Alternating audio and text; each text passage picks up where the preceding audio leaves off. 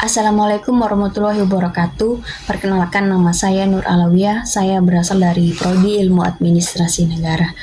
Kali ini saya akan menyampaikan laporan lisan tentang dampak efisiensi anggaran pada sektor pendidikan.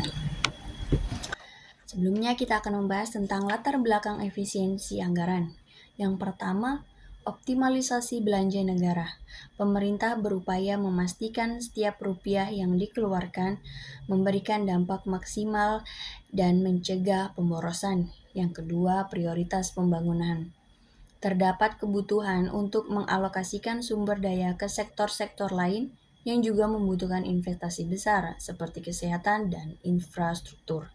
Yang ketiga, kondisi ekonomi global dan nasional. Ekonomi dapat mempengaruhi kapasitas fiskal negara, sehingga negara dituntut untuk menyesuaikan anggaran belanja. Yang keempat, pencegahan defisit anggaran. Dengan menjaga rasio defisit anggaran, Indonesia diharapkan selalu dalam batas yang aman. Kondisi pendidikan Indonesia. Saat ini pendidikan Indonesia berada dalam fase transformasi melalui berbagai program unggulan seperti Gerakan Merdeka Belajar. Kita melihat adanya dorongan kuat untuk modernisasi, digitalisasi, dan peningkatan kualitas pembelajaran yang lebih berpusat pada siswa. Tujuan utamanya adalah menciptakan kelulusan yang kompeten dan berkarakter, serta meningkatkan daya saing bangsa.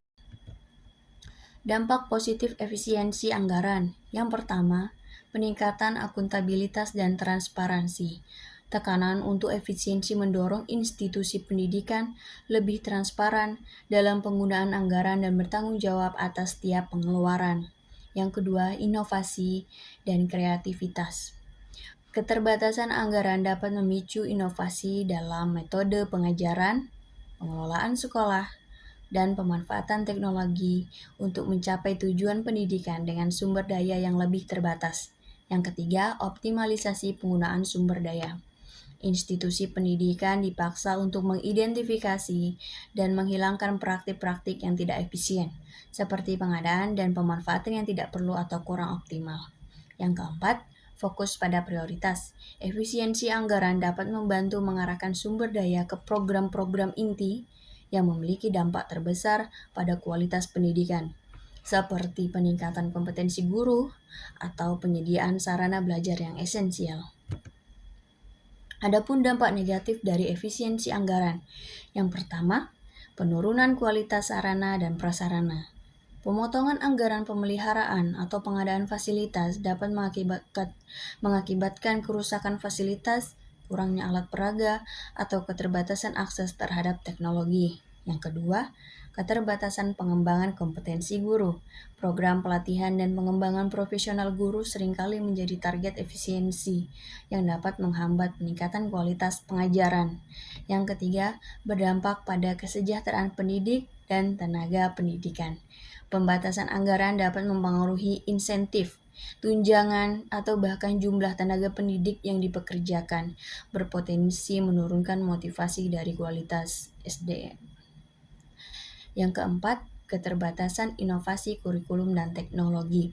Adopsi kurikulum baru atau integrasi teknologi dalam pembelajaran memerlukan investasi. Efisiensi yang ketat dapat menghambat adaptasi pendidikan terhadap tuntutan zaman. Yang kelima, peningkatan beban kerja. Sumber daya yang terbatas dapat meningkatkan beban kerja guru dan staf administrasi yang pada akhirnya dapat mempengaruhi efisiensi dan kualitas layanan. Yang keenam, kesenjangan kualitas antar daerah. Daerah dengan kapasitas fiskal yang lebih rendah akan semakin kesulitan menyediakan pendidikan berkualitas jika tidak ada dukungan anggaran yang memadai dari pusat.